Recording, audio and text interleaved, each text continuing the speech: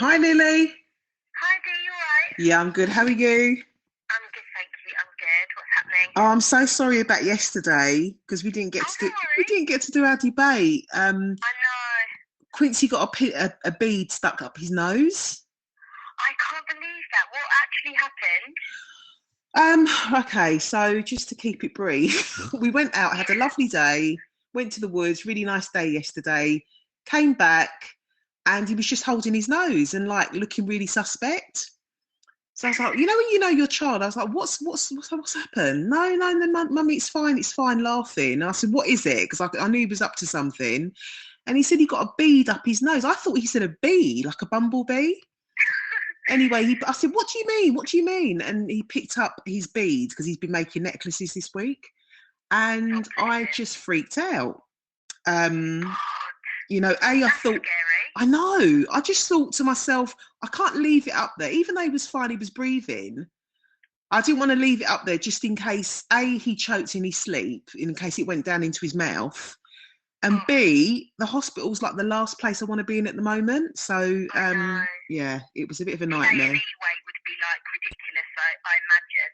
Yeah, exactly. Was he So alright though? he's fine. He was absolutely fine. He thought it was hilarious, but I really, I Yeah. had to tell him off after because yeah, I managed to fish it out with some tweezers. It's covered in snot, I mind bet he you, loved but that. yeah, You're lucky he stayed still. exactly. Oh, So bless him.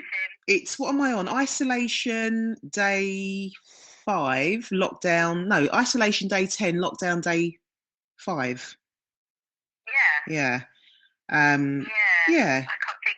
2 weeks on Monday. We've been isolating, Have you? but yeah, How's it it's going? crazy. Yeah, it's fine. It's gone quite quick because we've been outside and stuff. Time Mm, goes fast I know. with the baby, doesn't it? Or It 2 months. does. It So does. yeah, no, it's all fine. I mean, I'm definitely having a wine every night, but Oh, that's okay. that's all good.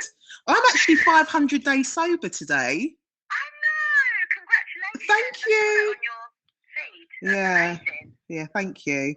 But the idea for the debate today Yeah, comes from me working in new build developments for many years, as you know, yeah, and it was just really just about the snobbery about who you live next to and what I witnessed. And with new build development, a proportion of it's got to be social housing or yeah, affordable housing, sorry. And within that affordable housing, there's social housing. I used to deal with all the private buyers, i.e., the investors and the owner occupiers. Sorry to bore yeah. you. and and I, when I used to sell to these people, these individuals, you could tell they wanted to ask me, where's the social housing located, but they didn't know how to say it. It was just awkward, and I knew they wanted to ask me, and I just used to leave them hanging. Yeah, And there was just so much snobbery, about who lived there and where the social housing was. So I just thought it was a really interesting topic of debate. definitely. Now, for me, my view is I just want to live next to respectable, decent human beings.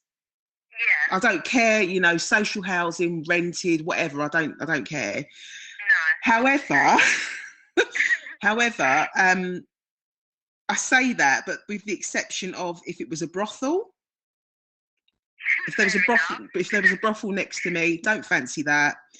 No, If it was someone who was constantly partying, so antisocial yeah, behaviour, nightmare. yeah, exactly, no way.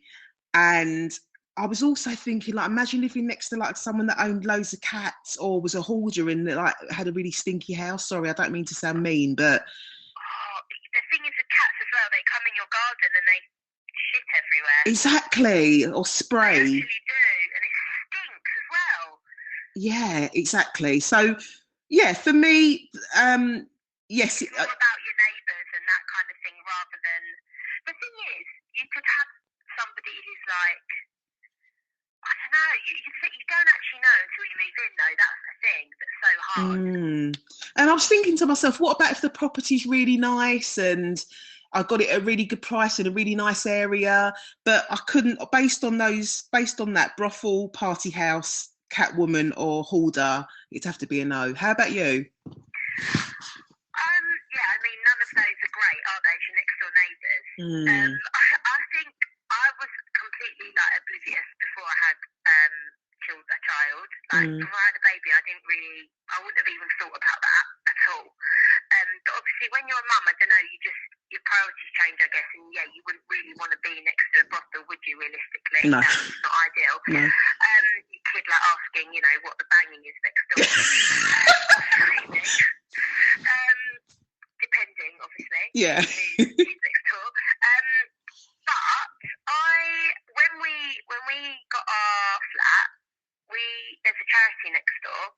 And one of the previous buyer, we went round because someone had pulled out, and I was like, oh, how come they pulled out? She was like, oh, there's a charity next door. And I was like, what? I couldn't believe that somebody, like, they'd obviously done all their searches and everything, and then had pulled out because there's a charity next door. When you say charity, what do you, like, I'm thinking when you say charity, like a charity shop, I don't get what you mean. No, so it was like, it was a house that was run by a charity for, these were like, it was a group, I think there was 5 or 6 men in there. Offenders that come out or something. Offenders that come out of prison have to go somewhere, that sort of thing. It wasn't that, no. It was more like, for some reason, like they had a learning difficulty and maybe they couldn't get a job. One of them had really bad like anxiety and stuff and like couldn't leave the house, like, things like that. So nothing like, I say nothing serious, but anxiety is crippling if it's serious. But you know what I mean? It was sort of like... Yeah, not like a paedophile or something crazy like that.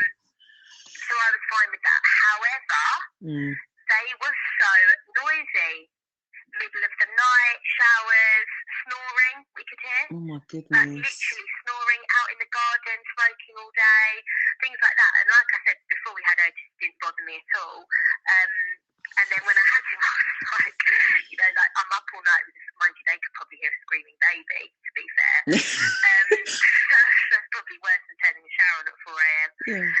But they were just like, but they were lovely, like, and in some ways it was nice because if like I was on my own now, I knew someone was always next door, which was quite nice.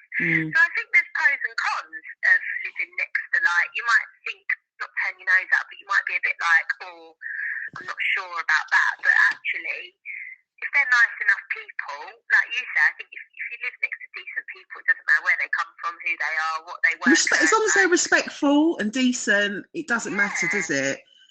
You know, if they're having parties, they need to invite me. That's all I care about. If they're having a party, they need to invite me. Yeah. Exactly. No, yeah, but I think that's like, I just think you don't really know until you move in, that's the only thing, but you can't judge a book by its cover for sure.